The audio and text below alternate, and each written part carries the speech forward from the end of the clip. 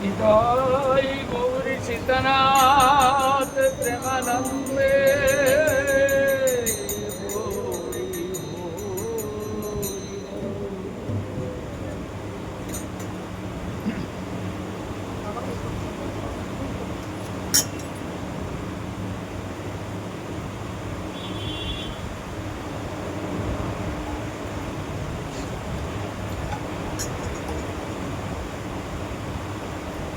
জয় জয় Shri Guru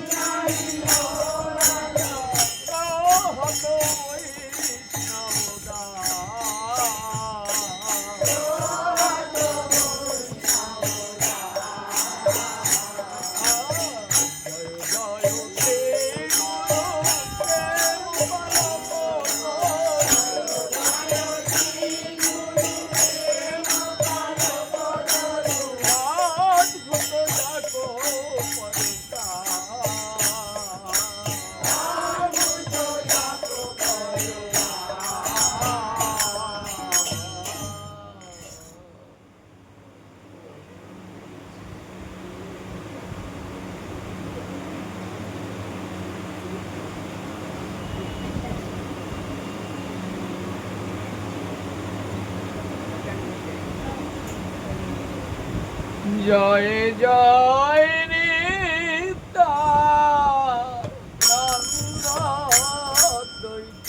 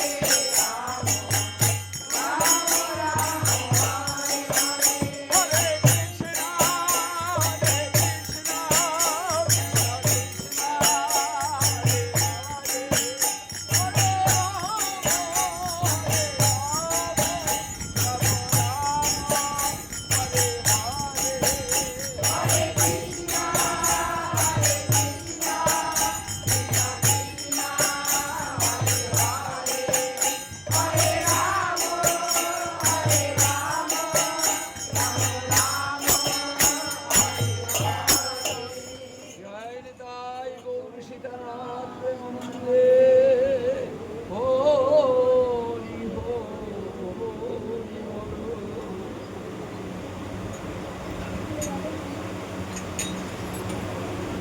Hari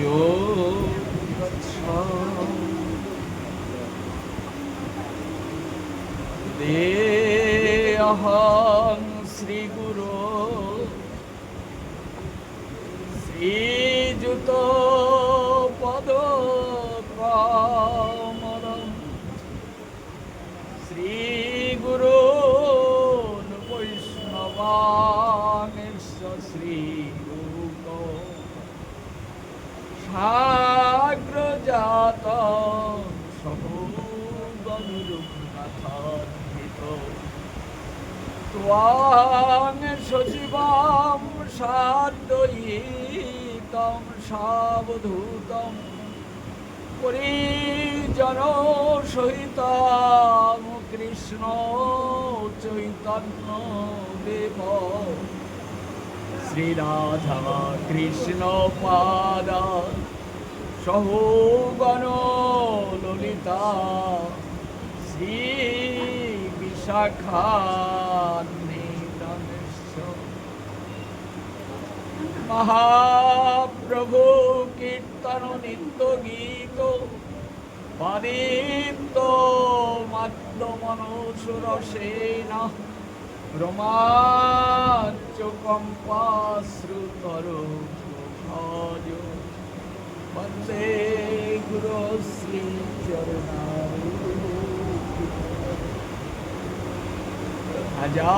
অজানুলম্বিত ভুজং Conoco অবদাত সংকীর্তনৈক Peter কমলায়ুতাংশু বিশ্বম্ভরো নিজবরো বিপধর্মপালো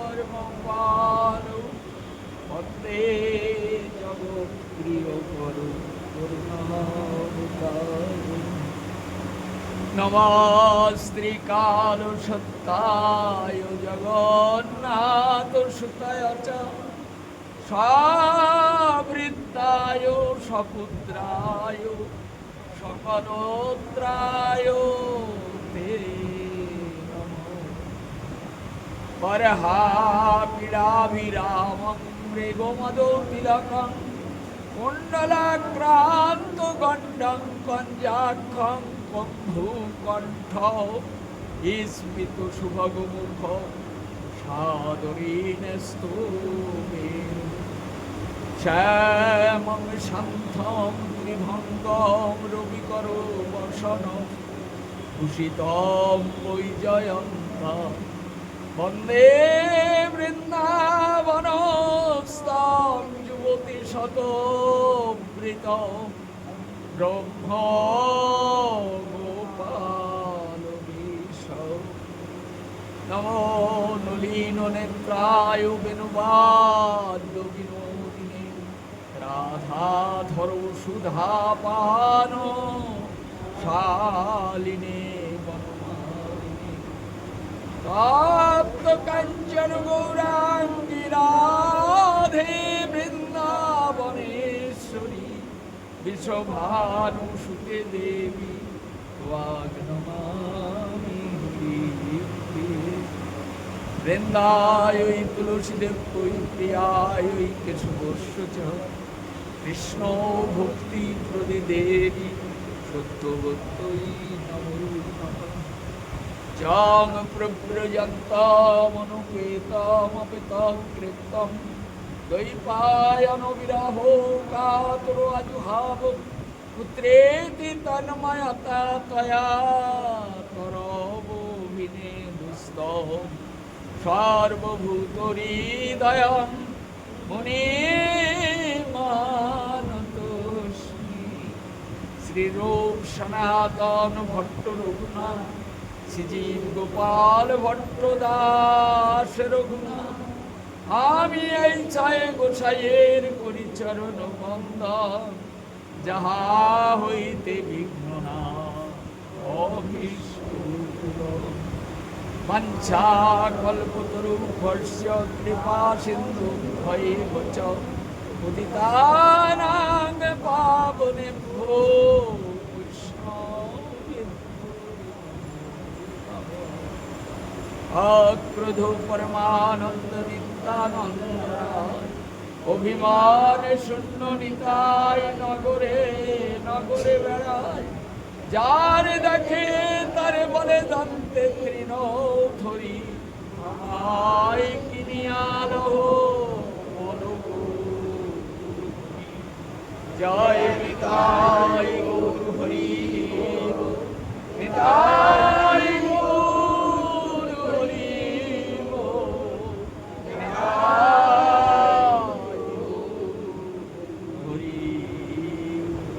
Shrimad ভাগবতের একাদশ স্কন্ধের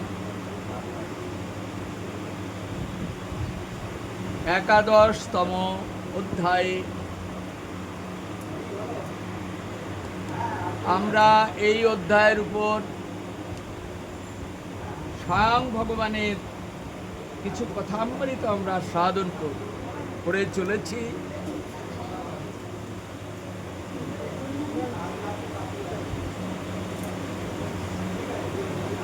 আমাদের এই স্বয়ং সনাতন ধর্মের ভগবান তিনি হলেন শ্রীকৃষ্ণ, ঈশ্বর পরম কৃষ্ণ সচ্চিদানন্দ বিগ্রহ, অনাদির আদি গোবিন্দ সর্বকারণ কারণম। ভগবান শ্রীকৃষ্ণ এই সমস্ত কারণের কারণ এবং ভগবান শ্রীকৃষ্ণই হলেন জগতীশ্বর।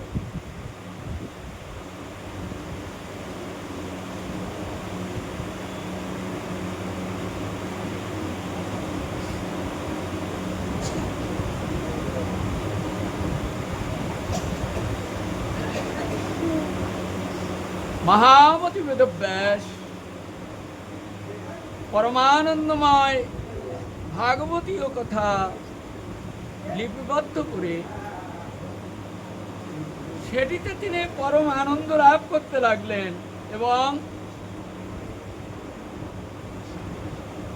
তদীয় পুত্র সুক্মণিপাদ তিনি হরিদ্বারের ব্রহ্মকুণ্ডের তীরে এই পরমানন্দময় ভাগবতীয় কথার মধুর আস্বাদনে 60,000 ঋষি পরমানন্দে একেবারে বিভাবিত করে তুলেছিলেন।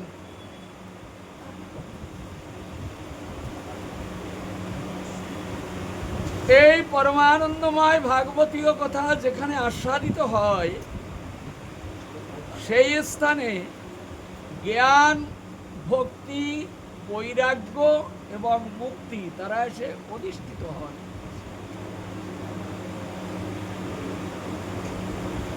এই পরমানন্দময় মধুর ভাগবতীয় কথা যেখানে আস্বাদিত হয় সেখানে সমস্ত তীর্থগণ মূর্তিমন্ত হয়ে তারাও বিরাজমান থাকেন।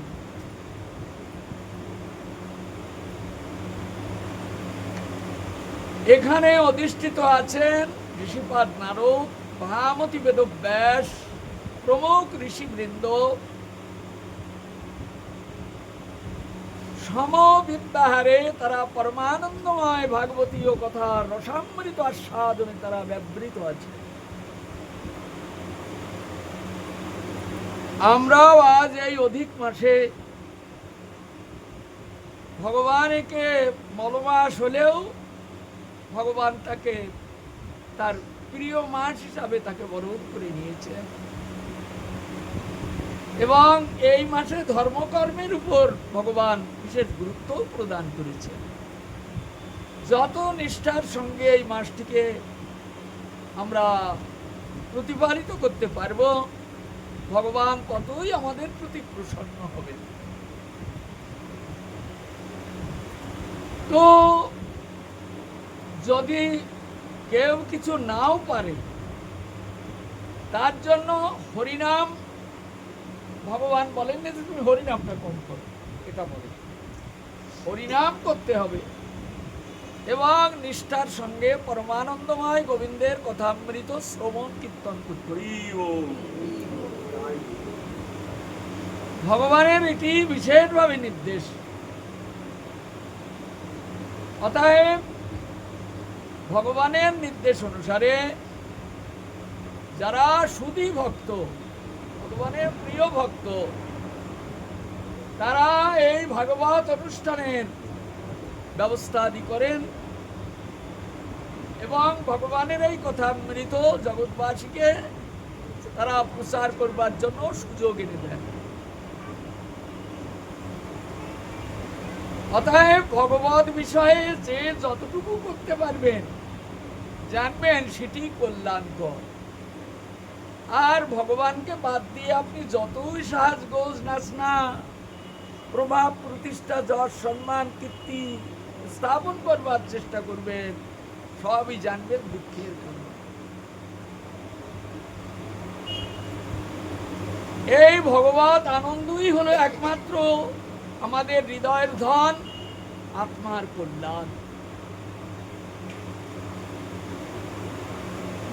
আমরা এই যে পরমানন্দময় ভাগবতীয় কথা, আজকে আমরা যে কথার আস্বাদন করছি, এই কথাগুলি জানবেন মহামতি বেদব্যাসের লেখা 18,000 শ্লোক, 18,000 শ্লোক।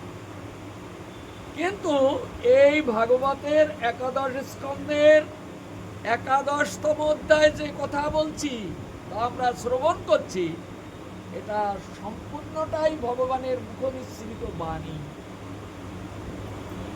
ভগবান নিজ মুখ দিয়ে বলে গেছেন।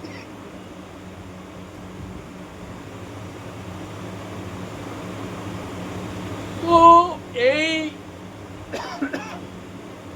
এমন ভগবানের প্রিয় মাস, সেই মাসে আমরা ভগবানের পরমানন্দময় প্রিয় কথামৃত আস্বাদনে আমরা এখন নিজেকে এই কথার মধ্যে সমর্পণ করবার জন্য আমি প্রত্যেককেই আহ্বান জানাচ্ছি।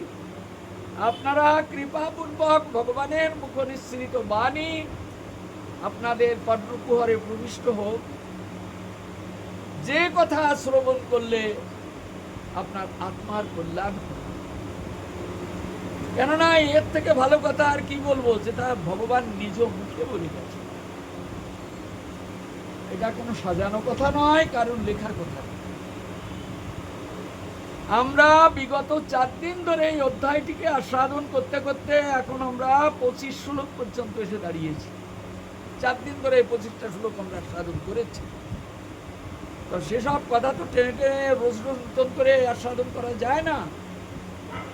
তবে এই অধ্যায়ের সারবস্তুই হলো ভগবান চলে যাচ্ছেন, দ্বারকা লীলা শেষ করে চলে যাচ্ছেন। ভগবান কোথায় যাচ্ছেন? ভগবান জগতে লীলা করতে এসেছিলেন, তিনি লীলাটিকে শেষ করে তিনি চলে যাচ্ছেন। আর নয়, আর অনেক দিন থেকে গেলেন ভগবান জগতের দিকে। ভগবান থাকেন কোথায় জানেন কি? ভগবান থাকেন গোলকধামে। আর ভগবানের যত অবতার আছে তারা সব থাকেন বৈকুণ্ঠ ধাম। এই জন্য আমাদের সনাতন ধর্মে ভগবান একজন, তিনি হলেন শ্রীকৃষ্ণ। আর ভগবানের যত অবতার আছে তারা হলেন চাংশ কলা, মানে ভগবানের এক একটা অংশ, অংশ কলা। তারা যুগে যুগে জগতের বুকে এসে অবতীর্ণ হন। ভগবান স্বয়ং তিনি নিজে আসেন না, স্বয়ং ভগবান আসেন না। রোজই তো বলছি, সত্য যুগে নারায়ণ, ত্রেতায় রামচন্দ্র, দাপরে কৃষ্ণ, কলিতে গৌরাঙ্গ, তার মাঝে বরাহ, কূর্ম, নৃসিংহ, বামন, মৎস্য, বিষ্ণু আদি ভগবানের অনন্ত অবতার। তাদেরকে ভগবান জগতে পাঠান। কিন্তু সপ্তম মন্বন্তরে অষ্টবিংশ চতুর্যুগের দাপরের শেষ ভাগে স্বয়ং ভগবান তিনি গোলক থেকে ভূলোকে নেমে এলেন মধুর বৃন্দাবন। এর আগে বৃন্দাবনও ছিল না, স্বয়ং ভগবানের আগমনও হয়নি। এইবার স্বয়ং ভগবান বৃন্দাবনে এসে মধুর লীলা করে গেলে। কতদিন? 10 বৎসর নমস্কার। স্বয়ং ভগবান 10 বৎসর নমস্কার ব্রজলীলা করবার পর ভগবান অন্তর্হিত হয়ে গিয়ে ভগবানের সমস্ত করুণা শক্তিকে সঞ্চার করলেন যুগাবতার ভগবান শ্রীকৃষ্ণের। যারা সৃষ্টি তত্ত্ব সম্পর্কে জ্ঞান হয়েছে তারা বুঝতে পারবেন, তাদের জ্ঞান হয়নি তারা অত সহজে তো বুঝতে পারবেন না। হ্যাঁ, যুগাবতার শ্রীকৃষ্ণ আর স্বয়ং ভগবান শ্রীকৃষ্ণ এতে তফাৎ আছে। কি তফাৎ আছে? স্বয়ং ভগবান 71 চতুর্যুগে 1 মন্বন্তর, 14 মন্বন্তরে একবার মাত্র আসেন জগতের ভেতর। তার মানে স্বয়ং ভগবান আসেন না, যুগে যুগে ভগবানের অবতার নামিয়ে দেন। তাই ভগবানের অবতারগণ ভগবানের নির্দেশে তারা যুগে যুগে জগতের বুকে অবতীর্ণ হয়ে এক এক যুগে এক এক প্রকার ধর্মকে তারা জগতের বুকে স্থাপন করে জগতের জীবকে আকর্ষণ করে তাদেরকে ভগবত ধামে গতি করিয়ে দেয়। হ্যাঁ, আমরা সাধারণ মানুষ ভোগ বিলাসে প্রমাত্ত, তো আমরা বুঝতে পারি না কি গতি কি অগতি, এ সম্পর্কে আমাদের কোনো ধারণা হয়। মনে হচ্ছে ভালো খাচ্ছি পচ্ছি সুখে আছি, টাকা পয়সা গুনছি, গাড়ি বাড়ি করছি, বোধহয় আমি ভালো সুখে আছি। কিন্তু না, এ সুখ বেশি দিনের জন্য নয়। কেননা এই জগৎ শুধু আসা যাওয়ার একটা খেলা ঘর মাত্র। কিছুদিনের জন্য জগতে এসেছি, আবার গুণাদিন ফুরিয়ে গেলে আবার এখান থেকে বিদায় নিয়ে চলে যেতে। জানবেন প্রত্যেকের জন্য এই ব্যবস্থা, আবার এখান থেকে চলে যেতে। আপনি যা গুছিয়েছেন মনে করছেন এটা আমার ওটা আমার, আপনার কিন্তু কিচ্ছু নেই। দেখুন না, যারা চলে যাচ্ছে তারা কি এখান থেকে কিছু নিতে পারছে? নিয়ে যাচ্ছে কেউ কিছু? সব এইখানে ফেলে দিয়ে চলে যেতে। এ ভগবানের সাজানো একটা খেলা ঘর মাত্র সাজিয়েছে। আর আমাদেরকে এই 84 লক্ষ জমিদারের ভেতর থেকে যাদের একটু সুকৃতি আছে তাদেরকে মনুষ্য দেহ দান করেছেন। জানি না কোন জন্মে কোন সুকৃতি করেছিলাম, তার ফলে আজকে এই 84 লক্ষ জমিদারের ভেতর থেকে এ দুর্লভ নরতনুতে একবার একটা সৌভাগ্য লাভ করেছে।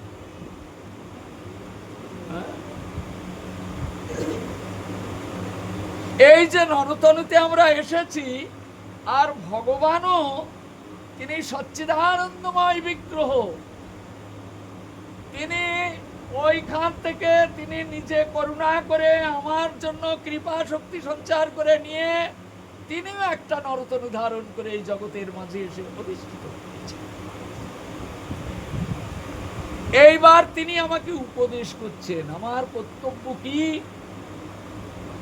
যে উপদেশামৃত তিনি জগতের বুকে রেখে গেছেন সেটি মহামতি বেদব্যাস শ্রীমদ্ ভাগবত রূপে বিশেষভাবে রচনা করে তিনিও নিজেকে কৃতার্থ রচনা করেছেন। ভাগবত, অতএব ভাগবত হলো ভগবানের তার বাংময়ী শক্তি মহামতি বেদব্যাস রূপে প্রকটিত হয়ে সেটি তিনি রচনা করে রেখে গেছেন আমাদের জন্য। এই যারা আমরা নরতনুতে এসেছি আমাদের জন্য।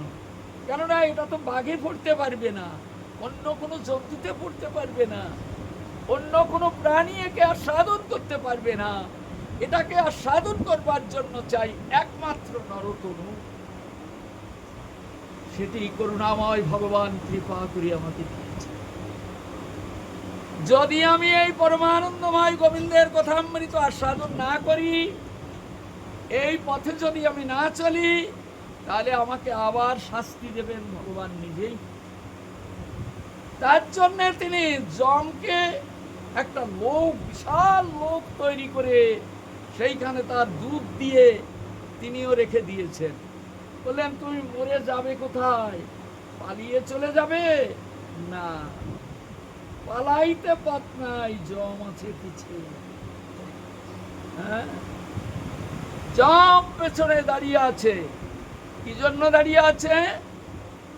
যমকে ভগবান নিজে নির্দেশ করেছেন, যম তুমি এইখানে থেকে তোমার দুধগণ দিলাম, তাদেরকে নিয়ে অনন্ত নরককুণ্ড তোমাকে সাজিয়ে দিলাম, এইগুলির ব্যবস্থাপনায় সব তুমি। কিরকম? এ দুর্লভ নরতনু পেয়ে যে আমাকে ভজনা করবে না, আমাকে মানে ভগবানকে, ভগবানকে আমাকে যে ভজনা করবে না, কেননা আমি জগতের সর্বময় কর্তা। অনন্ত কোটি বিশ্ব ব্রহ্মাণ্ডকে তিনি লোমকূপ পরে ধারণ করে দাঁড়িয়ে আছেন। আবার একটা সুন্দর স্বরূপে তিনি তার পূর্ণ ভগবত্তাকে ছোট্ট রূপে প্রকাশিত করে আপনার বিগ্রহ রূপে আপনার পরে এসে দাঁড়িয়ে আছে। আবার তার থেকে একটা সূক্ষ্ম আত্মা বের করে আপনার হৃদয়ের মধ্যে রেখে আপনাকে তিনি বোঝাচ্ছেন। তাই আপনার জ্ঞান হয়েছে, বুদ্ধি হয়েছে, বিচার বুদ্ধি সম্পন্ন হয়েছে।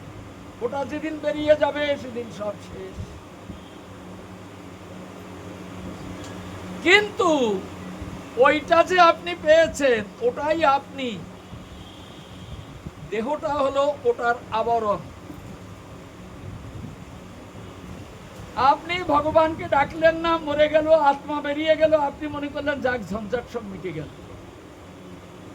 কিন্তু তা নয়। ওই যে আত্মা রূপে ভেতরে আছেন ওটা আপনি।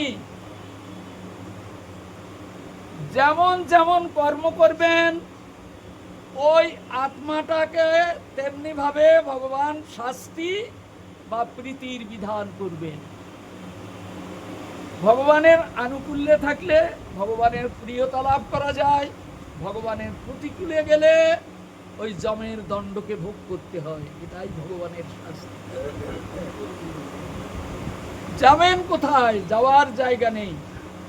এই জন্য বুদ্ধিমান ব্যক্তিগণ যারা দুর্লভ নরতনকে এসে যাদের বুদ্ধি জ্ঞানের বিকাশ হয়েছে, তারা চিন্তা করেন অনন্তকাল ধরে দুঃখের কথারে ভেসে চলেছি, আর কতকাল এমনি করে দুঃখ ভোগ করে বেড়াবো।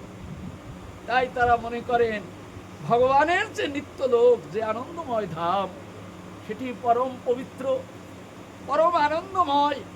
ওইখানে গেলে আর কোনো দুঃখ নেই, কোনো সুখ নেই, কোনো তাপ নেই, কোনো জ্বালা নেই, কোনো যন্ত্রণা নেই, কোনো ব্যাধি নেই, শুধু পরমানন্দ।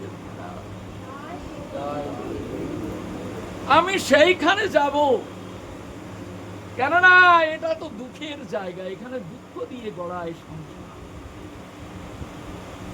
দুঃখটা কি কম নাকি? কত কষ্ট করে মাথার ঘাম পায়ে ফেলে ছেলে ফেলে লালন পালন করলাম, বাড়ি ঘর করলাম, টাকা পয়সা কত কিছু করলাম, ও বাবা যাওয়ার বেলায় এক পয়সাও নিয়ে যাওয়া যায় না, সব কেটে রেখে দিল। হ্যাঁ, আপনি এই দেহটা থাকতে থাকতে চিন্তা করুন, কেউ যদি থাপ্পড় মেরে আপনাকে 2 চড় দিয়ে সব কেটে টেনে নিয়ে যায় বা ঘরে আগুন ধরিয়ে দেয়, আপনার কত কষ্ট হবে। কিন্তু সত্য সত্যই তো নেবে। গুণাদিন যেদিন ফুরিয়ে যাবে সেদিন আপনার ঘাটি ধরে সংসার থেকে বের করে দেবে, ভাগো এটা থেকে কাটতে। তাহলে অনন্তকাল ধরে এই যে কষ্ট করছি, এরপরে দাম পেলাম আমি? হ্যাঁ, আমার সাথে কেউ নেই। যাদেরকে আপন করে কাছে টেনে নিয়েছিলাম, ও আমাকে দেখবে, সে আমাকে পুড়িয়ে দিল, পুড়িয়ে ছাই করে দিয়ে দিল, আমার কি আছে? এই জন্য বুদ্ধিমান ব্যক্তিগণ এই জগৎ সংসার সম্পর্কে বিচার বুদ্ধি করে তারা দেখেন এ জগতে কেউ কারুর নয়। যদি আমার আপন কেউ থেকে থাকেন তিনি হলেন গোবিন্দ, তিনি নিপাময়। তিনি অনন্ত কোটি ব্রহ্মাণ্ড সৃষ্টি করে, অনন্ত কোটি জীব সৃষ্টি করে, আবার তাদেরকে লালন পালন করবার জন্য আহার্য জোগাড় করে, প্রাণ দিয়ে, আলো দিয়ে, বায়ু দিয়ে, সব কিছু দিয়ে আমাদিগকে তিনি রক্ষা করছেন। কেন? যদি একবার তার চরণ কমলে আমি সমর্পিত হতে পারি, তবেই আমার অনন্তকালের দুঃখের অবসান। সেই প্রতীক্ষায় তিনি তার গোলক ব্রহ্মাণ্ড ছেড়ে তিনি এই ভূম ব্রহ্মাণ্ডে এসে তিনি সশরীরে অধিষ্ঠিত হয়ে লীলা পুরুষোত্তম লীলা করে চলেছে, অনন্ত লীলা। সেটি আবার মহামতি বেদব্যাস বৃন্দাবন দাস ঠাকুর রূপে তিনি আবার লিখছেন, ভগবান যে লীলা করে যাচ্ছেন, ওর এক কণ যে করে আস্বাদন, সে যায় ভব সিন্ধু পার। ভগবানের কথা শ্রবণ কীর্তনের কি দাম ভাবুন। এর এক মন যে আস্বাদন করে, সে দুঃখময় সংসার পার হয়ে চলে যায়। হ্যাঁ, সে যায় ভব সিন্ধু পার। মানে এই ভব সংসার দুঃখ দিয়ে গড়া, এখানে বিচারশালা। আমি কেমন কেমন কর্ম করছি, যদি ভগবানের অনুরাগী না হই, তাহলে জমের দুয়ারে গতি, ওইখানে দুঃখ, অনন্ত দুঃখ। আর যদি ভগবানের চরণ কমল অভিমুখে আমার স্মৃতি জেগে ওঠে, আমার মন প্রাণ কেঁদে ওঠে, আমার ব্যাকুলতা জেগে ওঠে যে গোবিন্দ ছাড়া আমার কেউ নেই, তখন ভগবান তাকে কৃপা করে এ দুঃখময় সংসার থেকে উদ্ধার করে নিজের আনন্দময় ধামে গিয়ে তার গতি করে দেন, যেখানে কোনো শোক নেই, তাপ নেই, জ্বালা নেই, যন্ত্রণা নেই, বেদি নেই, শুধু পরমানন্দে ভরা। হ্যাঁ, এই জন্য এই আনন্দময় ধামে কবে আমার বাস হবে, কবে যাব গোবিন্দের সেই নিত্য আনন্দময় ধামে। তাই প্রলুব্ধ চিত্ত ব্যক্তিগণ সদ্গুরু পদাশ্রয় গ্রহণ করে গৌর গোবিন্দ চরণ কমল ভজন করে সেই নিত্য ধামে তারা গতাগতি লাভ করিয়া থাকে। আজকে ভগবান আমাদের সামনে আজ 4 দিন ধরে ভগবানের নিজ মুখশ্রিত যে শ্লোকগুলি শ্রীমদ্ ভাগবতে তিনি আস্বাদন দিয়েছেন, মহামতি বেদব্যাস, সেই শ্লোকগুলি আজকে 4টি পাঠে আমরা ভাগ ভাগ করে আমরা আস্বাদন করতে করতে আজকে আমরা এই 25 শ্লোক পর্যন্ত কালকে আমরা এসেছিলাম। এই শ্লোকটা কালকে আমরা শেষ করেছিলাম। আর কালকে বলেছিলাম ভগবান এই কথাগুলি উদ্ধবকে বলে যাচ্ছেন। উদ্ধব, কেননা ভগবান দ্বারকা লীলা শেষ করে দ্বারকাপুরী সমুদ্রের স্রোতে ভাসিয়ে দিয়ে তার আপনজনকে প্রভাস তীর্থে রেখে ভগবান নিত্যলীলা সাঙ্গ করে চলে যাচ্ছে।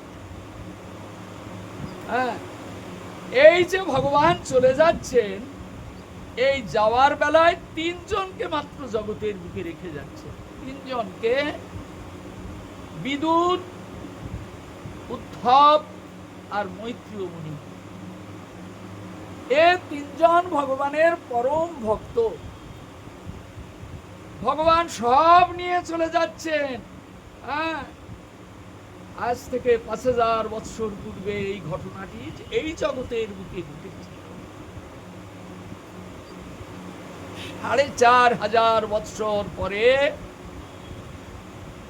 কলিযুগ চলতে লাগলো, তখন কোটি প্রাণ প্রিয় অবতার শ্রীকৃষ্ণ চৈতন্য মহাপ্রভু জগতের বুকে পুনরায় এসে তিনি উপস্থিত হন এবং আমাদের গোস্বামী পাদগণকে দিয়ে এই পরমানন্দময় ভাগবতকে তিনি প্রচার করিয়ে দিলেন সর্বত্র।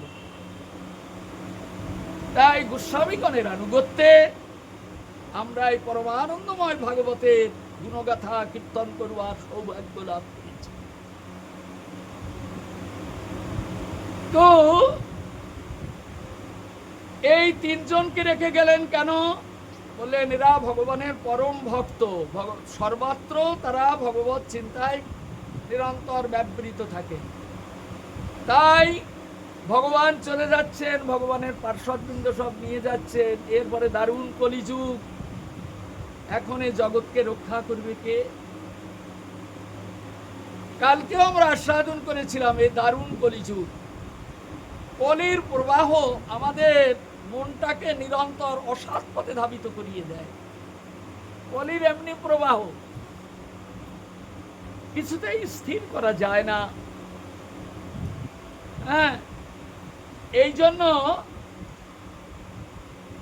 একমাত্র ভগবান নিজ মুখে বলে গেলেন, এই কলির জীবকে যদি কলির প্রভাব থেকে মুক্তি লাভ করতে হয়, তবে আমার পরমানন্দময় লোক পাবনি, এই পরমানন্দময় ভাগবতীয় কথা শ্রবণ কীর্তনের দ্বারা কলিকে পরাভূত করা যাবে, অন্য কোনো উপায় নয়।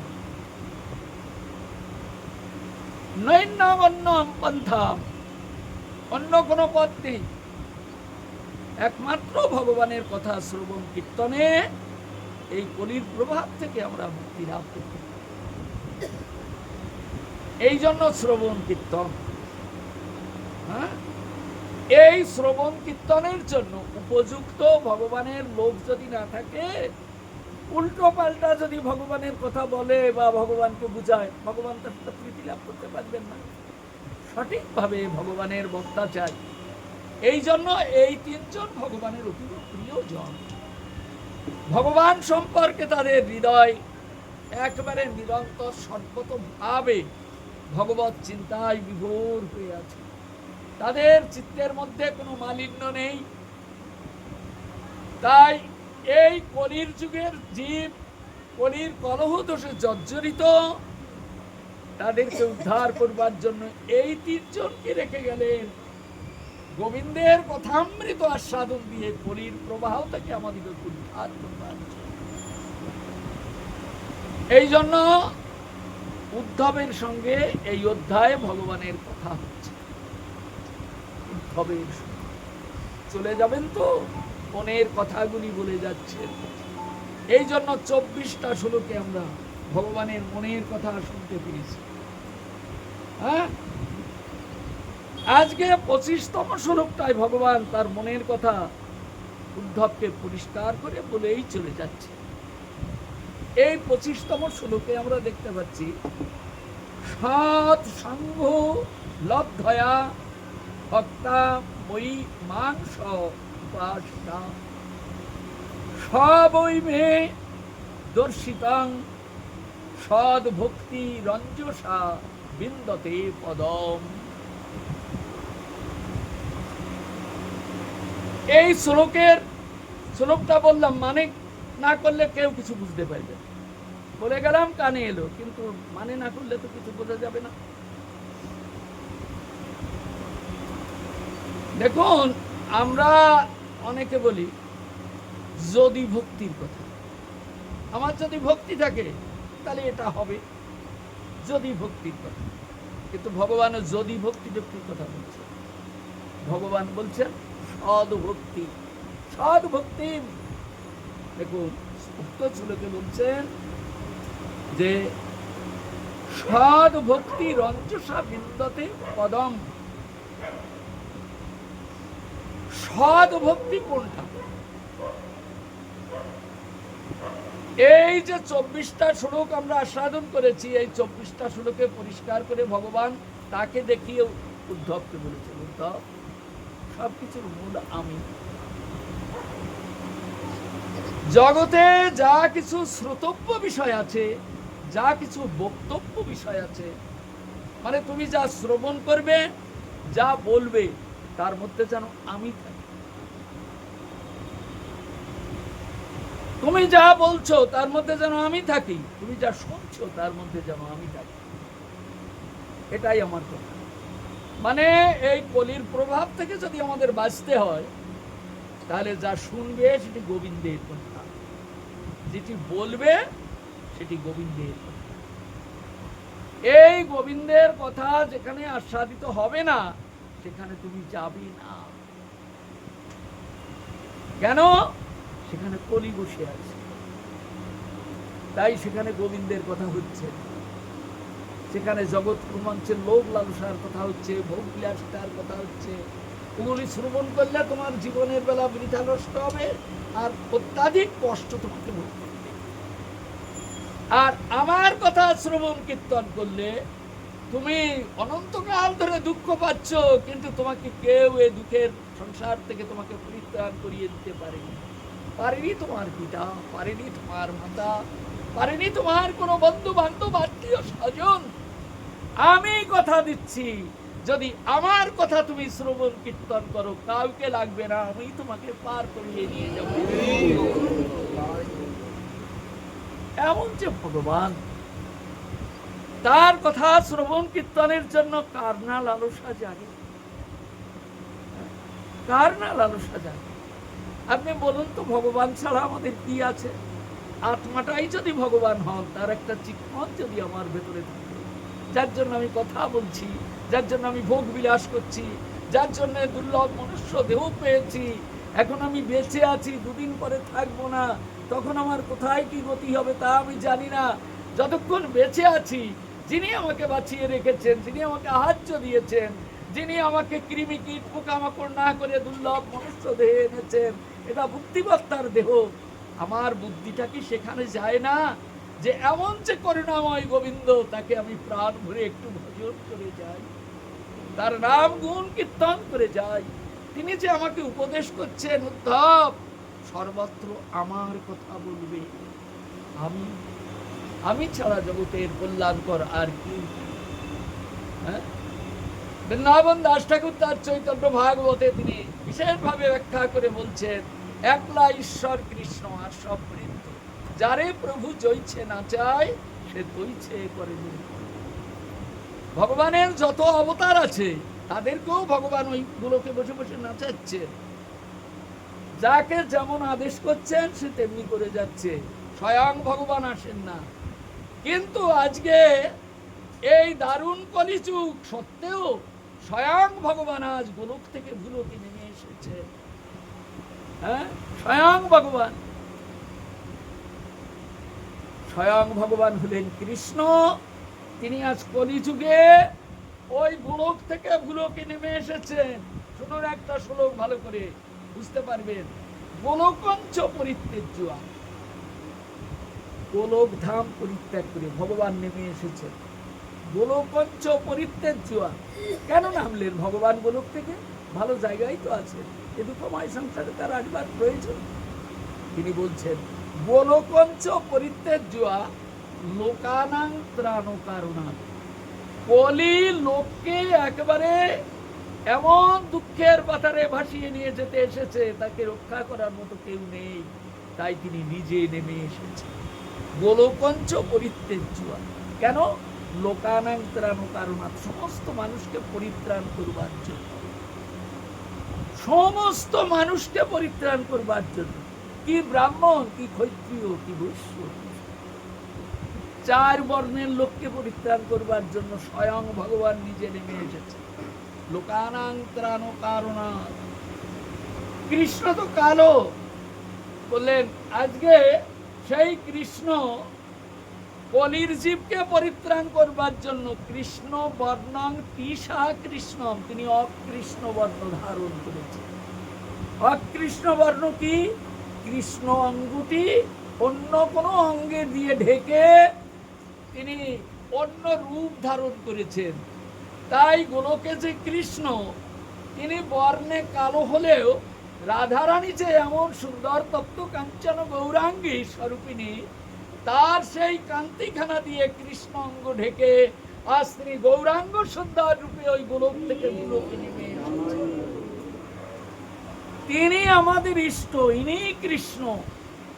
কলৌ গৌরাঙ্গ রূপেণ লীলালাবণ্য বিগ্রহ, অপূর্ব সুন্দর রূপ ধারণ করে এই লীলালাবণ্য বিগ্রহ রূপে তিনি আমাদিগকে আচণ্ডালে উদ্ধার করবার জন্য তিনি নেমে এসেছেন। আর এক একজনের জন্য এক এক মন্ত্র নয়, এক একজনের জন্য এক এক ধর্ম নয়, সকলের জন্য তিনি একটা রাধারানীর প্রেমের ভান্ডার রূপ, যে ভান্ডারটা সেটাকে মাথায় করে নিয়ে তিনি জগতের বুকে নেমে এসেছেন। সেটি হলো হরিনামের ভাণ্ড, হরিনাম। বৃন্দাবন দাস ঠাকুর লিখছেন, আমি আগে যা লিখেছি সেগুলি কলিযুগে কোনো কাজ হবে না, কারণ এতদিন স্বয়ং ভগবান আসেন। আজ স্বয়ং ভগবান চার বর্ণের মানুষকে উদ্ধার করবার জন্য সকলের জন্যই হরিনাম নিয়ে নেমে এসেছে, সবার জন্য। হ্যাঁ, আর বৃন্দাবন দাস ঠাকুর এত বেদ পুরাণ উপনিষদে এত মন্ত্র তন্ত্র ইত্যাদি লিখে এখন লিখছেন নাম বিনু কলি যুগে নাহি আরো ধর্ম, আর কোন ধর্ম নেই, শুধু হরিনাম করো। নাম বিনু কলি যুগে নাহি আরো ধর্ম, আর কোন ধর্ম নেই, শুধু হরিনাম করতে হবে কলি যুগে। চার বর্ণের মানুষকে, তুমি ব্রাহ্মণ হয়েছে তাতে কি আছে, তোমাকেও হরিনাম করতে হবে। যদি না করো তাহলে তুমি এই দলে ঢুকতে পারবে না, মহাপ্রভু তোমাকে উদ্ধার করবে না। হ্যাঁ, এই জন্য চার বর্ণের মানুষকেই হরিনাম করতে। নাম বিনু কলি যুগে নাহি আরো ধর্ম, সর্বমন্ত্র সার নাম এই শাস্ত্র মর্ম। যত মন্ত্রতন্ত্র বেদ পুরাণ উপনিষদ স্মৃতি স্মৃতিতে ভরা, তাতে যত যত ফল আছে সমস্ত ফল হরিনামের মধ্যে আছে, ওগুলির আর কোনো দরকার নেই। হ্যাঁ, এই জন্য বলছেন অত কথার দরকার নেই, নাম ভজ নাম চিন্ত নাম করো সার, অনায়াসে চলে যাবে অবশ্যই। সহজ কথাই হয়ে গেল। এই জন্য কলিযুগে হরিনাম সংকীর্তন হল। এই ধর্ম প্রবর্তন করবার জন্য যুগাবতার রূপে আজকে স্বয়ং ভগবান নিজেই এসেছেন, তিনি হলেন গৌরাঙ্গ। আর গৌরাঙ্গ সুন্দরকে সেবা করবার জন্য যত অবতার এতদিন ধরে ভগবান প্রকট করেছিলেন জগতের বুকে, সমস্ত অবতার একত্রিত মিলন মূর্তি হলো আমার নিত্যানন্দ সুন্দর, আমার গৌরাঙ্গ সুন্দরকে সেবা করবার জন্য। এই জন্য সেব্য এবং সেবক এই দুটি বিগ্রহ নেমে এসেছে আজ কলিহত জীবকে পরিত্রাণ করবার। এই জন্য অত বিগ্রহ লোভ লালসায়, হ্যাঁ, এ আমায় এ দেবে, ও আমায় ও দেবে, ও ঠাকুর আমায় ও দেবে, ওসব বাচ্চা দিয়ে এইখানেই আসতে হবে এই নিতাই গৌরের চরণ কমলে। যদি কেউ এসে থাকে তবেই জানবে তার শুদ্ধ বুদ্ধির উদয় হয়েছে, তারই শুদ্ধ বুদ্ধির উদয় হয়েছে, এইখানেই আসতে। এইবার ভগবানের কথা, ভগবানের শেষ উপদেশামৃত আমরা সাধন করছি। ভগবান নিজ মুখে বলে যাচ্ছে, হ্যাঁ, সদ ভক্তি, আমার ভক্তি আছে ওসব কথা বললে হবে, সদ ভক্তির কথা বলছে। বললেন সদ ভক্তি কিসে কিসে হয়?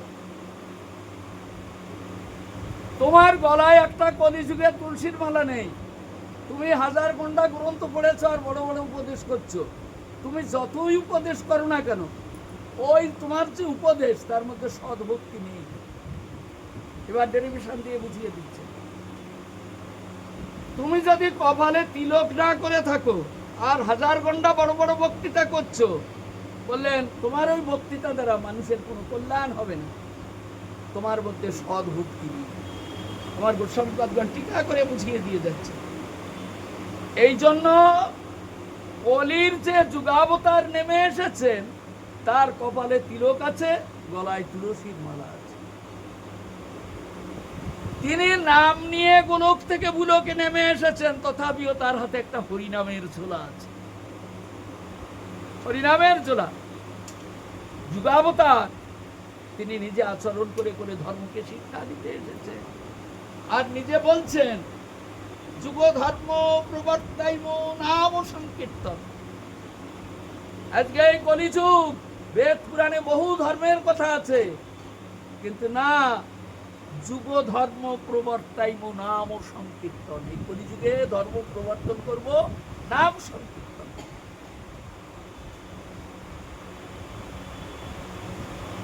যুগ ধর্ম প্রবর্তাইব নাম সংকীর্তন, চারি ভাব ভক্তি দিয়া নাচাম ভুবন। চার প্রকার ভাব ভক্তি আছে, কি কি? সখ্য, দাস্য, বাৎসল্য, মধু।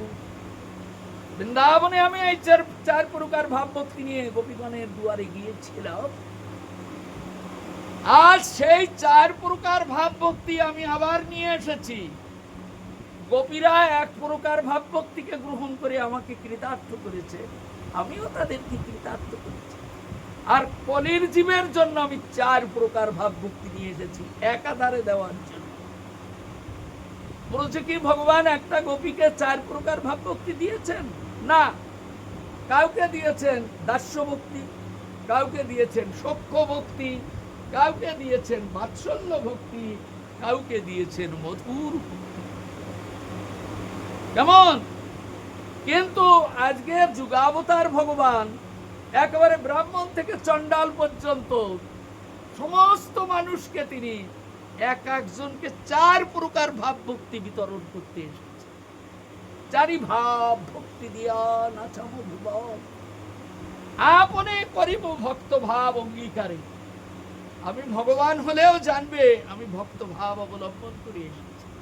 কেন প্রভু কলিকে যুগটা দিয়ে আজকে তুমি ভক্ত সাজলে কেন?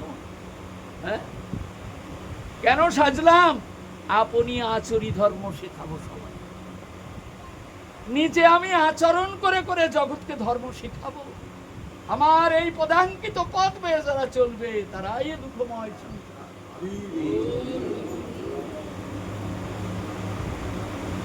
আপনি আচরি ধর্ম শেখাবো সবারই। আপনি না কইলে ধর্ম শেখানো না যায়। নিজে যদি কেউ না করে সে আর একজনকে শত চেষ্টা করলেও শেখাতে পারে। নিজে সিগারেট টানছে আবার বলবে কি এই সিগারেট খেলে ক্যান্সার হয়, শেখাতে পারবে? হ্যাঁ, এই জন্য আপনি আচরি ধর্ম শেখাবো সবাই। আপনি না কইলে ধর্ম শেখানো না যায়, এই তো সিদ্ধান্ত গীতা। এটাই সিদ্ধান্ত। যিনি ভাগবতের বক্তা হবেন তাকে নিজের আচরণ করে ভাগবতকে আস্বাদন করতে হবে এবং পরবর্তীকালে সেটিকে বর্ণনা করতে হবে। আগে নিজে পড়ুন, আগে নিজে আচরণ করুন। ভগবত ধর্মের আচরণ যদি না থাকে তিনি এর মধ্যে ঢুকবেন না, বেশি বড় বড় কথা বলতে হবে, তার কপালে দুঃখ। হ্যাঁ, এই জন্য এই ধর্মের মধ্যে ভগবান নিজে বলছেন, বলে দিয়ে যাচ্ছেন, হ্যাঁ উদ্ধব তুমি ভালো করে শোনো, এই কথাই আমার শেষ কথা, তুমি ভালো করে শোনো। সদ ভক্তি, এই সদ্ভক্তি শব্দে শ্রীজীব গোস্বামীপাদ টিকা করে বলেছেন এই সদ ভক্তির মধ্যে কলিযুগে আহার বিহার সবকে শুদ্ধ করতে হবে। আমি এত কথা এখন বলতে পারবো না, আপনার আহারটাও শুদ্ধ হওয়া চাই। মাছ মাংস পেঁয়াজ রসুন যা পাবেন সেইখানে খাবেন, আর বলবে ওসব খেলে টেলে কিছু হয় না, ভগবান এইগুলো আবার খেতে বলেছে। সেগুলো কিন্তু কোনো শাস্ত্রে নেই, এটা মন গড়া গায়ের জোরের কথা। ভগবান তোমাকে খেতে বলেছে। ভগবান 3টি গুণ দিয়ে জগৎ সৃষ্টি করেছে, তাকে তুমি পড়েছো? একটা সত্যগুণ, একটা রজগুণ আর একটা তমগুণ। সেখানে আমার গোস্বামীপাদগণ পরিষ্কার করে লিখে দিয়ে গেছে এই এই খাবার খাবে তো তোমার মধ্যে তমগুণ ঢুকে বসে থাকবে, সেটা আর কোনোদিন যাবে না। এই এই খাবার খাবে তোমার মধ্যে রজগুণ ঢুকে বসে থাকবে, সেটা কোনোদিন তুমি ভুলতে পারবে না। এই এই খাবার খাবে, এই খাবারগুলি খেলে তোমার মধ্যে শুদ্ধ ভক্তির উদয় হবে, হ্যাঁ সত্যগুণের প্রবেশ হবে। এ তো আমার গোস্বামীপাদগণ ভুরি ভুরি বর্ণনা করে দিয়ে গেছেন বিভিন্ন। তুমি ওই সব আজে বাজে খাবে আর মনে করবে আমি ভক্ত হব, এ কলিযুগ থাকতে আর হতে হবে, সে আশা বন্ধ। তোমার জন্য জম হাতছানি দিয়ে ডাকছে, চলে আসো, কদিন পরে আসবে। তোমার জন্য ভালো জায়গা তৈরি করা আছে, যেন পোকা উঠছে ওইখানে তোমার গতি হবে। হ্যাঁ, ভালো ভালো জায়গা তৈরি আছে। তোমার তর্ক করলে কিছু কাজ হবে না, কোনো ফায়দা এখানে নেই। এই জন্য ভগবান শেষ কথা বলে দিয়ে যাচ্ছেন, জগন উদ্ধব আমার কথা যেখানে বসে জগৎকে উদ্ধার করবে সেখানে আমার সৎ ভক্তির কথা আলোচনা করবে। এই জন্য আজকে আমি কথাগুলি বলতে বাধ্য, নাহলে এত কথা আমার বলার কোনো দরকার ছিল। হ্যাঁ, এই জন্য সৎ ভক্তির কথা এখানে বলেছেন। শুধু ভক্তির কথা যদি বলা হতো তার বল বুঝলাম, হ্যাঁ তোর ভক্তি আছে, কিন্তু ওসব কথা বললে তোমার ভক্তি আছে, তুমি খাচ্ছ কি? এখন আছে তোমার ভক্তি, আর একটু পরে তুমি উল্টে দাঁড়াবে, আর একটু পরেই তুমি উল্টে দাঁড়াবে, তোমার ভক্তি থাকবে, ওখানে দাঁড়াবে না। মরুভূমিতে যেমন জল দাঁড়ায় না, তেমনি ভগবত ধর্মের অনুশীলন ঠিক মতো হলে না হলে শুদ্ধ ভক্তি সেখানে দাঁড়ায়। এই জন্য ভগবান নির্দেশ করছেন, যেখানে কথা বলবে সেখানে আমার শুদ্ধ ভক্তি, সৎ ভক্তির শুদ্ধ ভক্তি। এই জন্য শ্রীজীব গোস্বামী পাদের টিকা, তার কলম দ্বারা আমি কিঞ্চিত আস্বাদন দিলাম। অনেক কথা আছে, কথা বলতে গেলে তো রাত কেটে যাবে, তো আমার কথাই বলা হবে না। এই জন্য আমি কিঞ্চিত আস্বাদন রাখলাম। হ্যাঁ, তুমি একটা শেখ লুঙ্গি পরবে আর গলায় তুলসীর মালা পরবে, আমি সাধু হয়েছি। তুমি কলির ভণ্ড, তুমি সাধু নও। ওই চেক লুঙ্গিটা তোমাকে মুসলমান কুলিয়ে ফের জন্ম দেবে। তুমি কি জানো ওই চেক লুঙ্গি পরে তোমাকে মুসলমান কুলিয়ে দিয়ে জন্ম দেবে? তুলসীর মালাও তোমার কোনো কাজ দেবে। ওই বসনের এমন গুণ আছে। হ্যাঁ, আমিও একদিন মাস্টারি করতাম, স্যুট প্যান্ট পরতাম। যেদিন আমি পুরাণ শাস্ত্র পড়ে আমি শাস্ত্রের মধ্যে ঢুকলাম, স্যুট প্যান্টটা টেনে এরকম ছিঁড়ে ফেলে দিয়েছিলাম। অনেক দামের জিনিস টেনে এরকম ছিঁড়ে ফেলে দিয়েছিলাম।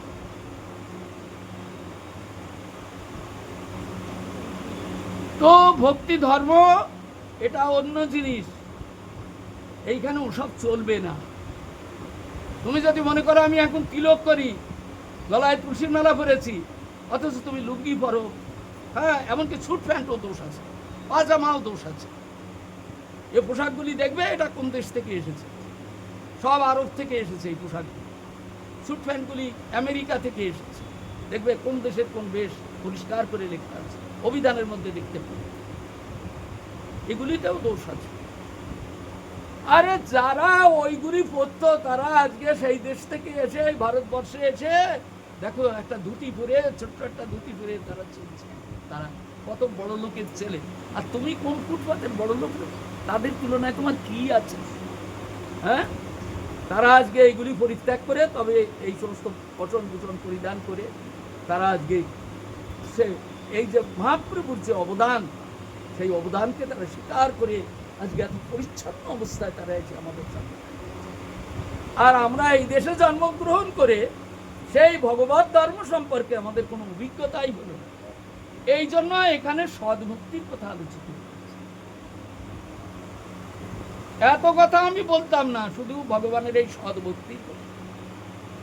এগুলি যতক্ষণ পরিপাটি না হবে ততক্ষণ তার মধ্যে শুদ্ধ ভক্তি দাঁড়াবে না, সদ্ভক্তি।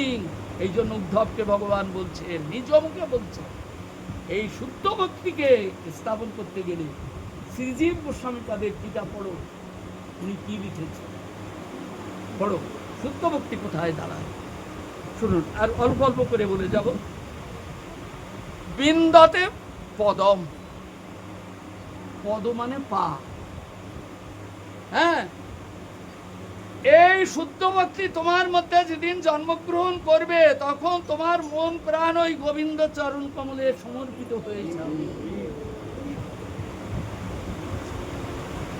তোমার মন প্রাণ সেদিন গোবিন্দ চরণে সমর্পিত হয়ে যাবে, কেউ সরিয়ে নিতে পারবে না।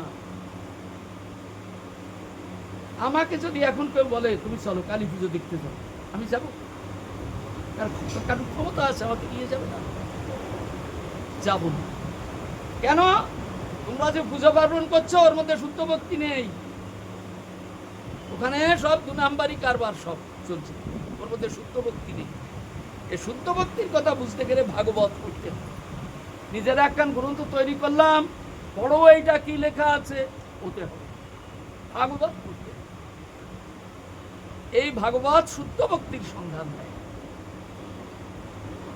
হ্যাঁ, নরোত্তম ঠাকুর মশাইয়ের কথা, খেতরির তীরে বসে আমাদের জন্য কাঁদছে আর বলছে, অন্য দেব পূজক ধ্যানী ইহলোকে দূরিয়ে পড়ি করি। অন্য দেব দেবতার যারা পূজা করে তাদের সঙ্গ করবে না, কাছে আসলে বলবে ভাই একটু সরে বসো, ভাই একটু সরিয়ে বসো, কেননা তোমার ছোঁয়া গায়ে লাগলে আবার ওই ওই বিছুটির পাতার মতো আমার শরীর কামড়ে দেবে। অসুবিধা আছে। হ্যাঁ, ইহলোকে দূরে পরিহরি, একটু দূরে সরে বস। আমি আমার নিজের কথা বলি না, শাস্ত্রের কথা বলি, জানবে। আমার নিজের কথা বলার জন্য আমি কোনো জায়গায় যাই না। নিজের প্রতিষ্ঠা যতবার কিছু নেই, আমার লাঠি ভালো তত আমার কোনো, হ্যাঁ, কোনোই ক্ষতি নেই।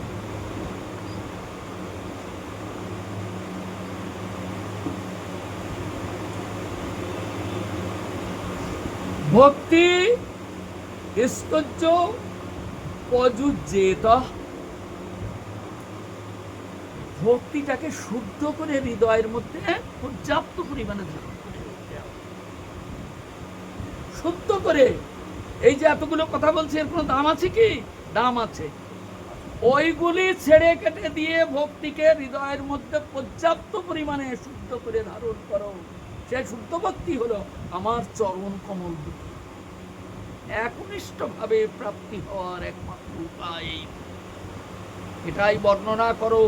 উদ্ধব, আমি চলে গেলে তোমরা তিনজন থাকছো, যখন তুমি আমার কথা বলবে তখন পরিষ্কার করে এই কথা বলি।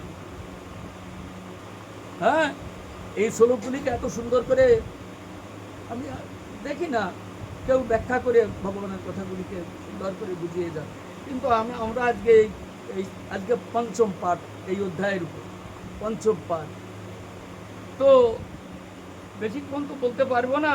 যাই হোক, মোটামুটি শ্লোকগুলিকে একটু পরিচ্ছন্নভাবে আমরা, হ্যাঁ, দর্শিতাং সদ্ভক্তিম, যেখানে তুমি সদ্ভক্তি দর্শন করবে সেইখানে তুমি এগিয়ে যাবে, তার সঙ্গে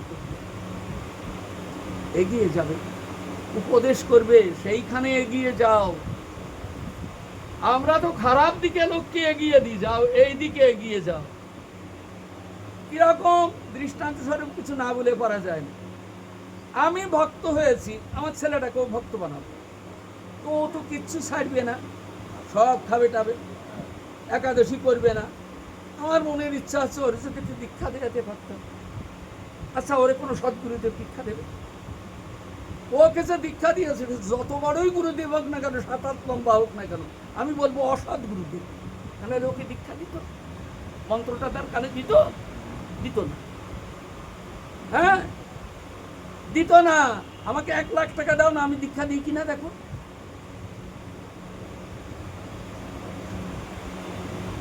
এই জন্য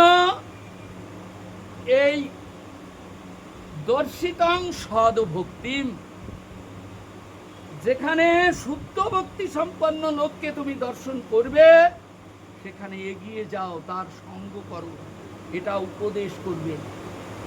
সেখানে কোনো বিচার নেই, এ কোন গ্রুপের লোক, এ কোন গ্রুপের লোক, এ কোন গ্রুপের লোক, এসব কোনো বিচার নেই। শুদ্ধ ভক্তি যেখানে যাবে দেখবে সেইখানে এগিয়ে যাও। তুমি আমার ভাই, এসো ভাই, প্রাণ ভরে গৌর গোবিন্দ সংসার পার হয়েছে, চলো আমরা পার লাগাই। এখানে ভয়, এখানে ভয়, কলির প্রচন্ড ভয়। প্রথম যেদিন ভগবত কথা আমরা আস্বাদন করতে এই চ্যাপ্টার নিয়ে বসেছিলাম, সেদিন ভগবান দেখাচ্ছেন কলিকে কেমন, মানে ঝড় জল, বিদ্যুতের চমকানি, তাতে আবার ঝড় ছেড়ে দিয়েছে, শিলাবৃষ্টি হচ্ছে, আকাশে গর্জন করছে। তখন মনে হচ্ছে যেন ভেঙে চুরমার হয়ে যাবে। তখন যেমন মানুষ থরথর করে কাঁপে, ভয় ভীতির সঞ্চার। এবার বাঁচবো কি করে, সে আশ্রয় খুঁজে। তেমনি কলি এইরকম প্রকার স্বভাব সম্পন্ন হয়ে এসেছে কলির জীবকে গ্রাস করবার জন্য। তাই বাঁচবার জন্য তুমি উপায় খোঁজো, সে উপায় শুদ্ধ ছত্রতল গোবিন্দের চরণ কমল, ওইখানে গিয়ে তুমি আশ্রয় করো। তবে তুমি এই বিপদ থেকে, কলির এই দুর্জয় বিপদ থেকে তুমি পরিত্রাণ লাভ করতে পারবে। প্রথম শ্লোকেই আমরা তার সাধন। এই জন্য ভগবৎ চরণ, ভগবৎ চরণ কমল সব থেকে শুদ্ধ জগতের জিনিস এবং অভয়প্রদ, যার কথা চিন্তা করলে জগতের ভয় দূর হয়ে যায়। যার কথা চিন্তন করলে জগতের ভয় দূর হয়ে যায়, নির্ভয় হয়ে যায়, সেই গোবিন্দ চরণ কমল। এটাই হলো আমাদের আরাধ্য গোবিন্দ চরণ কমল। সৎসঙ্গ লব্ধয়া ভক্তা মই মাংস উপাসিতা। এইবার আমরা দেখব সৎসঙ্গ। ভগবান বলছেন মানে তুমি সৎসঙ্গ, মানে একটা নাম দিয়েছে সৎসঙ্গ, ও সৎসঙ্গ নয়। হ্যাঁ, সৎসঙ্গ মণিপুর ঠাকুরের আছে না, ও সৎসঙ্গ নয়। শুদ্ধ ভক্তি সম্পন্ন ব্যক্তির যে সঙ্গ, সেটাই ভগবান বলছেন এটা সৎসঙ্গ। এই শুদ্ধ ভক্তির মধ্যে শুধু আছে গোবিন্দ চরণ, আর কারুর চরণ এখানে দেখা যাবে না, শুধু গোবিন্দ চরণ। এই সঙ্গ। তুমি একটা হুজু বুজু একটা মানুষকে গোবিন্দ বানাবে, এটাকে ধরে তুমি গোবিন্দ বানাবে, এও সেই গোবিন্দ এরকম বানাবে। বলেন গোবিন্দ একটাই, দুটি কোনোদিন হবে না। ঈশ্বর মেকম দ্বিতীয় নাস্তি, দুইজন হয় না, ওই একটাই গোবিন্দ। হ্যাঁ, তার স্বরূপ তো ভাগবত প্রদান করে আগেই বসে আছেন। বর্হা পিরং নটবর বপু কর্ণায় কর্ণিকারং বিভ্রদ্বাস কনক কপি সং বৈজয়ন্তীন চ মালম রন্ধ্রান বেনুরাধর সুধা পুরায়ণ গোপ বৃন্দৈ বৃন্দারণ্যং সাপদরমণং প্রাবিশদ গীত কীর্তি ত্রিভঙ্গ ললিতশ্চারু কৌস্তুভেন বিরাজিত কোটি মন্মথলাবণ্য হরিচন্দন চর্চিত চিদানন্দ ঘন বিগ্রহ মধুর মুরলীধারী আবিবেশ সভক্তানাং হৃদয়ন্নমলানি। সেই মধুর মুরলীধারী যে গোবিন্দ, আমি আর অত ব্যাখ্যা করতে যাচ্ছি না, মানেও করছি না। সেই মধুর মুরলীধারী, সে কি আর কোনো বিগ্রহ? সেই গোবিন্দ চরণকে তুমি সার করো, তাকে ভজন করো, তবে তোমার সমস্ত দুঃখ, সমস্ত ভয় সব দূরীভূত হয়ে গিয়ে তুমি পরমানন্দময় এক ছত্র ছায়ায় তুমি বসবাস করবে। এখানেই আছে আনন্দ। এই পর্যন্ত ভগবান উদ্ধবকে উপদেশ করার পর, কালকে বলেছিলাম, এইবার উদ্ধব কি বলেন সেই কথা আমরা শ্রবণ করব। এইবার উদ্ধবের কিছু বক্তব্য আমরা একটু শ্রবণ করব। উদ্ধব উবাচ, ভগবানের কথা ভালো করে শুনলেন উদ্ধব কি বলে গেলে, এটাই তো বর্ণনা করতে হবে। ভগবান উপদেশ করে চলে যাচ্ছে, এটাই বর্ণনা করতে হবে। তাই উদ্ধব বলছেন, সাধু স্তবোত্তমং শ্লোকো মতঃ কিদৃগীধা প্রভো ভক্তি তজ্জুপযুজ্যেত কিদৃশী সদ্ভক্তিরাধৃতা।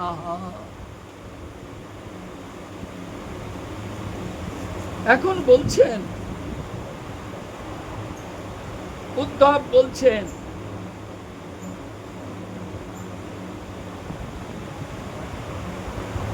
উদ্ধব বলিলেন, হে প্রভু। প্রভু তো উদ্ধব তো তার দাস, দাস থাকলে তার প্রভু থাকে। তাহলে বিদুর, উদ্ধব, মৈত্রেয় মুনি, তাদের প্রভু মানে গোবিন্দ। হে প্রভু,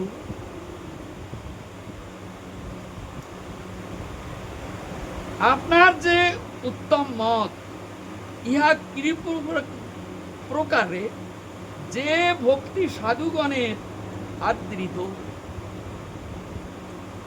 মানে উদ্ধব বলছেন, হে প্রভু, আপনি যে ভক্তির কথা বলছেন এটা কি প্রকার, এটা সম্যক যদি বুঝাতে হয় তাহলে বুঝতে হবে সাধুগণ কি প্রকার ভক্তিকে আদর করেছে,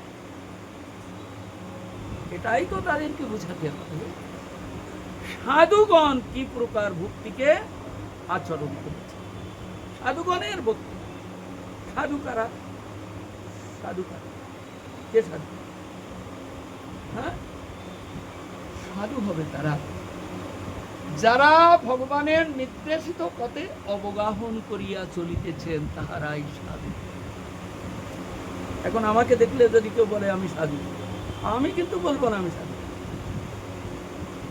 ভগবান যেটা নির্দেশ করেছেন সেই পথকে অবলম্বন করে যারা চলছেন তারাই সাধু। বুঝুন ভগবান কি নির্দেশ করলেন, কি প্রকার নির্দেশ করলেন, এই অধ্যায়টা ধরে তো ভগবান বুঝালেন তার মুখ নিঃসৃত বাণী। তাহলে সাধু হতে গেলে কি আমার মতো ফুটপাতের লোক সাধু হয়ে যাবে? ভগবানের যে বাণীগুলি তার হৃদয়ের মধ্যে ঝলমল করবে। হ্যাঁ, এই তো আমি শুনেছিলাম, ভাগবতে তো এই কথা বলেছে, আমি এর বাইরে একটা পাও আমি দেব, আমি এগোবো না। তিনি সাধু। এখন তুমি যদি বলো হ্যাঁ উনি 5,000 লোকের সেবা দিয়েছেন, কত বড় সাধু জানো? বললেন না, ওটা ওটা ভাগবত। তোমার টাকা থাকলে তুমি 5,000 10,000 লোক খাওয়াতে পারো, দিতে পারো, কিন্তু তোমার জীবনের ধারাটা কি ভাগবত প্রসঙ্গের মধ্যে জীবনটা না তার বাইরে জীবনটা, সেইটাকে বিচার করে সাধুর বিচার করেছে। নাহলে উদ্ধব এই কথা কেন বলবেন ভগবানকে, হে প্রভু, যে হে প্রভু আপনার যে উত্তম বক্তব্য আপনি রাখলেন, উত্তম বক্তব্য মানে যে উত্তম কথাগুলি আমাকে শোনালেন, এটাই আপনার মত। হ্যাঁ, যে শুদ্ধ ভক্তি সাধুগণের আদৃত, মানে যারা শুদ্ধ ভক্তির অধিকারী হয়েছেন তারা আপনার এই মতকে অবলম্বন করে তবেই তারা শুদ্ধ ভক্তি। উদ্ধবের কথার মধ্যে এটাই কিন্তু প্রকাশ। শাস্ত্রে যে নিয়ম আছে সেইগুলি তিনি প্রতিপালন করেন ভগবানের চরণ কমল পাওয়ার জন্য। তারা কখনো আজে বাজে গান শুনতেও যায় না, আর পরনিন্দা পরচর্চা করবারও তাদের সময় নেই। তারা ভগবানের গুণ গাথা কীর্তন করে জীবনের বেলাকে অতিবাহিত করছেন, হরিনাম করছেন, শুদ্ধ একাদশী ব্রত প্রতিপালন করছেন, নিতাই গৌর রাধা কৃষ্ণ সেবায় নিরন্তর মগ্ন হয়ে আছেন। কিভাবে সেবা করব, কিভাবে আমার জীবনটা কাটবে, প্রভুর চরণ কমল থেকে আমি সরে যাব না তো। হে গোবিন্দ, হে করুণাময়, হে শ্রী গুরুদেব, আপনি আমাকে রক্ষা করুন, আমি জানো গৌর গোবিন্দ চরণ কমল থেকে বিন্দুমাত্র বিচলিত না। শাস্ত্রের নির্দেশকে গুরু পালন করছেন, শিষ্যও পালন করছেন। হ্যাঁ, গুরু যদি শাস্ত্রজ্ঞ না হয় শিষ্যও কোনোদিন শাস্ত্রজ্ঞ হয় না, কেননা গুরুর আচরণটা শিষ্যের মধ্যে ঢুকানো থাকে। এই জন্য এই শেষ শ্লোকে উদ্ধবকে ভগবান বলেছে যে আমার শুদ্ধ ভক্তির অধিকারী যারা, একনিষ্ঠ ভক্তি শুদ্ধ ভক্তির অধিকারী তাদের সঙ্গ। এখন প্রশ্ন হতে পারে, আমার গুরুদেব যদি শুদ্ধ ভক্তির অধিকারী না হন আমি কি করে হতে পারি? সেখানে উদ্ধবের প্রশ্নের উত্তরে ভগবান পরবর্তীকালে বলবেন, আজকে আমি বলবো না, পরবর্তীকালে বলবেন। কেননা পরশমণির পরশে লৌহ স্বর্ণে পরিণত হয়, পরবর্তীকালে ভগবান নিজেই বলবেন। পরশ সঙ্গের দ্বারা, সঙ্গের দ্বারা শিষ্যও গুরুকে উদ্ধার করতে পারে। গুরু উদ্ধার হবে না, কিন্তু শিষ্য গুরুকে উদ্ধার করতে পারে। হ্যাঁ, কিসের দ্বারা? এই শুদ্ধ ভক্তিকে গ্রহণের দ্বারা, শুদ্ধ ভক্তির পথকে গ্রহণের দ্বারা। শুদ্ধ ভক্তির এত ক্ষমতা, এই জন্য শুদ্ধ ভক্তি সম্পন্ন ব্যক্তিগণের সঙ্গ, গুরুর সঙ্গ যদি সে শুদ্ধ ভক্তি গুরুদেব শাস্ত্র সম্মত না হয় তাহলে তার সঙ্গ বাদ দিয়ে শুদ্ধ ভক্তি সম্পন্ন যে সমস্ত মানুষ তাদের সঙ্গ করো, তাতে তোমার কল্যাণ হবে, তুমিও তোমার গুরুকে উদ্ধার করতে পারো।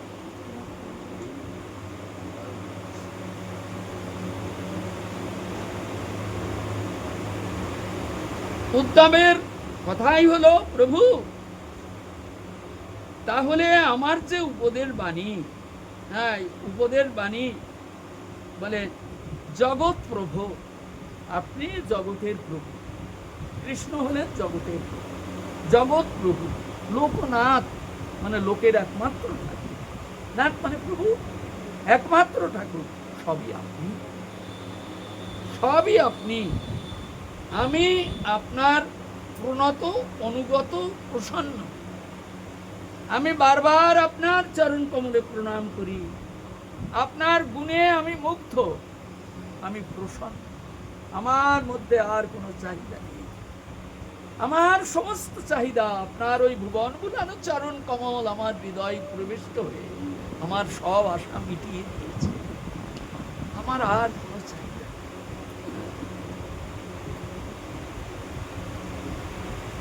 অতএব এর পরে কি আরো কোনো কিছু আছে?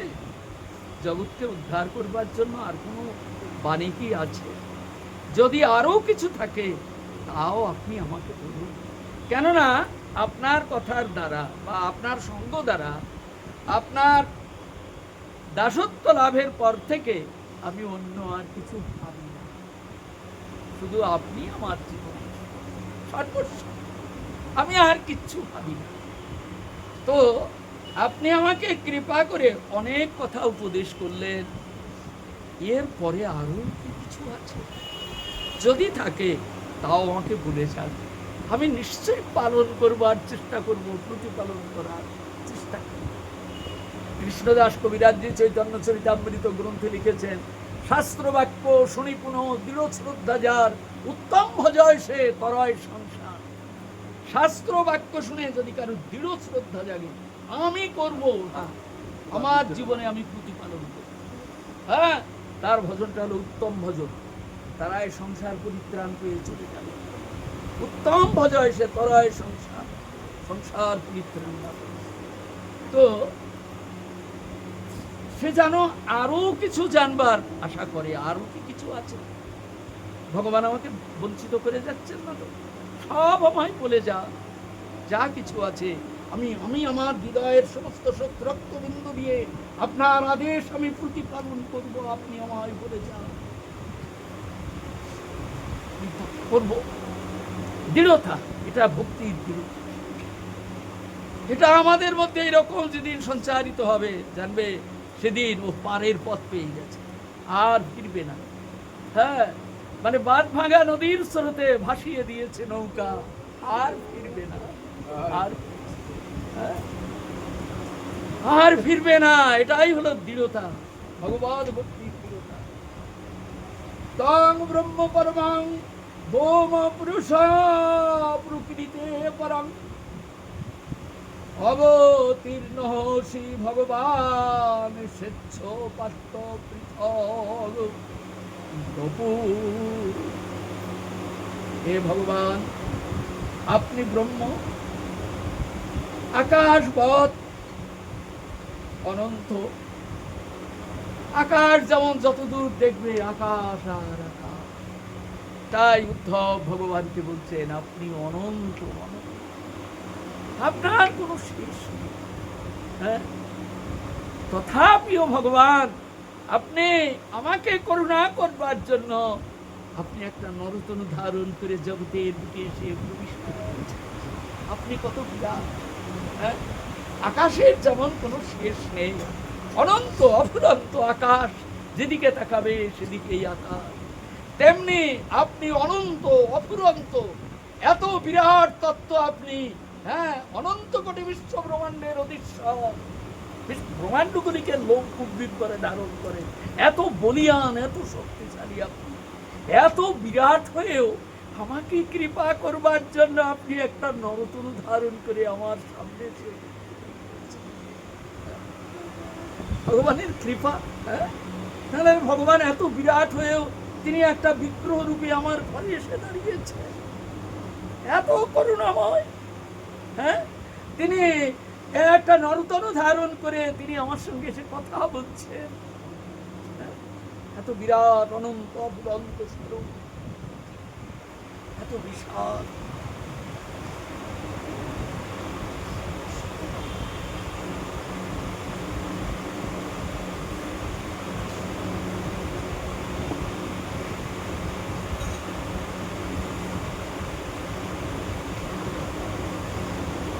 আপনি ব্রহ্ম, আকার বাদ অনন্ত, প্রকৃতির অতীত পুরুষ। প্রকৃতির অতীত পুরুষ। প্রকৃতি কি? প্রকৃতি হলো ব্রহ্মা। সেও আপনার এই মহিমা সাধন করে শেষ করতে পারে না। হ্যাঁ, পারে কি ব্রহ্মা? ভগবানের এই মধুর মাধুরিমা সাধন করে ব্রহ্মা শেষ করতে পারে? অথচ ব্রহ্মা সৃষ্টিকর্তা। এই জন্য আপনি প্রকৃতির অতীত। সেও আপনাকে আর সাধন করে শেষ করতে পারে না। আমরা তো সেই প্রকৃতির সৃষ্ট জীব। আমাদের আর কতটুকু অনুভব, কতটুকু? কেননা আমাদের সৃষ্টি করেছে ব্রহ্মা। তো খিতি আপ তেজ মনুদ্বম দিয়ে সৃষ্টি করেছে না, ব্রহ্মা সৃষ্টি করেছে। সেই ব্রহ্মা যদি আপনার মহিমাকে অনুভব করতে না পারে, তো আপনি এত বিরাট আকারবৎ আপনার বিশালত্ব, আপনি আজ আমাকে কৃপা করবার জন্য আপনি আমার প্রভু হয়ে আমাকে আপনার সেবার অধিকার দিয়ে আমাকে সেবার অধিকার দিয়ে। এই জন্য আমরা বুঝতে হবে, এমন যে বিরাট ভগবান, অনন্ত কোটি ব্রহ্মাণ্ডের অধীশ্বর, অনন্ত কোটি জীবের আত্মা। আমি তো একটা ক্ষুদ্র আত্মা পেয়েছি, তাই আমি কথা বলছি, চলছি, খাচ্ছি, যাচ্ছি, ভগবানের প্রসাদ পাই, ভগবানের সেবা করি, ভগবানের কথা বলি। এরকম অনন্ত কোটি বিশ্ব ব্রহ্মাণ্ডের জীব আছে। তাই উদ্ধব যেন বলছেন, হে প্রভু, এত বিরাট, এত অনন্ত অফুরন্ত স্বরূপের মধ্যে আপনি একটা ছোট্ট নরতনু ধারণ করে আজ আমার মতো ক্ষুদ্র জীবের সামনে এসে অধিষ্ঠিত হয়ে আমার প্রভুত্ব আপনি গ্রহণ করছেন। এই জন্য আপনি আমাকে ধন্য করেছেন। আমি জনম জনমের মতো চিরকৃতজ্ঞ আপনার, জনম জনমের মতো আমি কৃতার্থ। আপনি এত বিরাট হয়ে ওই ক্ষুদ্র দেহ ধারণ করে জগতের বুকে এসে আপনি লীলা করছেন, আর আমার প্রভু হয়ে আপনি দাঁড়িয়েছেন। আমার প্রভু, আমার পরিচয় কি? জীবের স্বরূপ হয় নিত্য কৃষ্ণ দাস। আমার স্বরূপ আমি তোমার চরণ কমলের দ্বার বাগান। এই স্বরূপটি আমি পেয়েছি। হ্যাঁ, আপনি এত বিরাট আর আমি এত ক্ষুদ্র, যে এত বিরাট হয়েও আপনি এত ছোট্ট হয়ে আমার মতো ক্ষুদ্র জীবের সম্মুখে এসে আমার প্রভু হয়ে আপনি দাঁড়িয়েছেন। হ্যাঁ, আর আমি আপনার ওই চরণ কমল সেবার সৌভাগ্য লাভ করেছি। অনুভব হয় কিছু? হ্যাঁ, ভগবৎ সেবা অনুভব হয়। হ্যাঁ,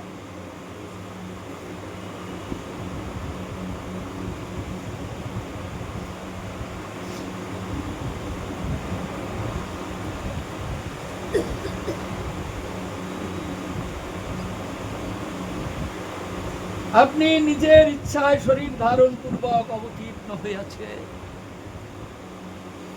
আপনাকে কেউ ইচ্ছা করে আনতে পারেনি। আপনি নিজে ইচ্ছা করে এরকম স্বরূপ ধারণ করে জগৎবাসীকে কৃপা করতে এসেছে। প্রভু, আমার কিছুই দেওয়ার নেই, সবই তোমার। এ জগতে সবই তোমার। আমি কি দেব তোমায়? সবই তোমার। যদি আমার বলে আমি গ্রহণ করি, তাহলে তুমি আমাকে তাড়া করবে। যদি বলি এটা আমার, তাহলে উদ্ধব বলছেন, তাহলে তুমি আমাকে তাড়া করবে, আমাকে মারবে।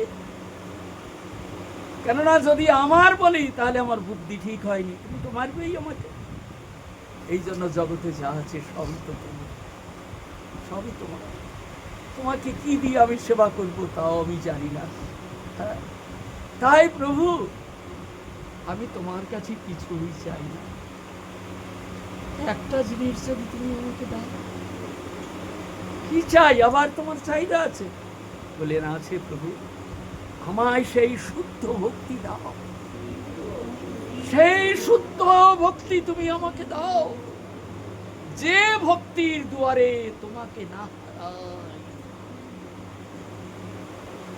যে ভক্তি পেলে আর কোনদিন তোমাকে চিরদিন তোমায় পাবো, তোমার ওই ভুবন ভুলানো রাঙা চরণ, আমি সেবার অধীন হয়ে তোমার চরণ কমল সেবক হয়ে আমি কৃতার্থ না। এই পর্যন্ত আস্বাদন দেখে আজকের কথা আমৃত এইখানেই বিশ্রাম নিলাম। এর পরবর্তী পাঠে আবার ভগবান কিছু কথা বলবেন। এর শুদ্ধ ভক্তি চেয়েছে, আর কি দেবে? এইবার ভগবান আরো কিছু কিছু কথা আবার বলবেন, সেটিকে আমরা পরবর্তী পাঠে আমরা আশা করি। জয় নিতাই গৌর।